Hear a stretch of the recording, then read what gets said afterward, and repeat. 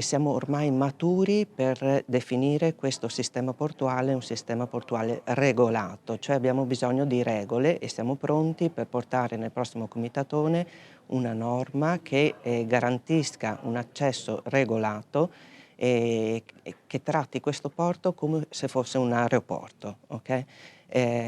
Naturalmente tenendo conto anche del Mose. Stiamo, sperimentando delle alzate, delle barriere, del Mose in modo molto flessibile, di modo che, sia, sempre garantito l'accesso, alle navi, anche in eventi di alta marea.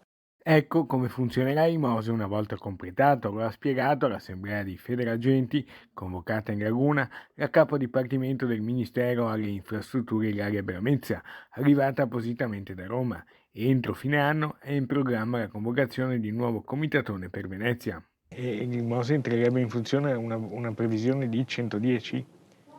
A finire sì, ma, il comitatone e la cabina di regia istituita dal governo ha deciso che in fase di sperimentazione come quella, di adesso, il Mose si alzi a 130.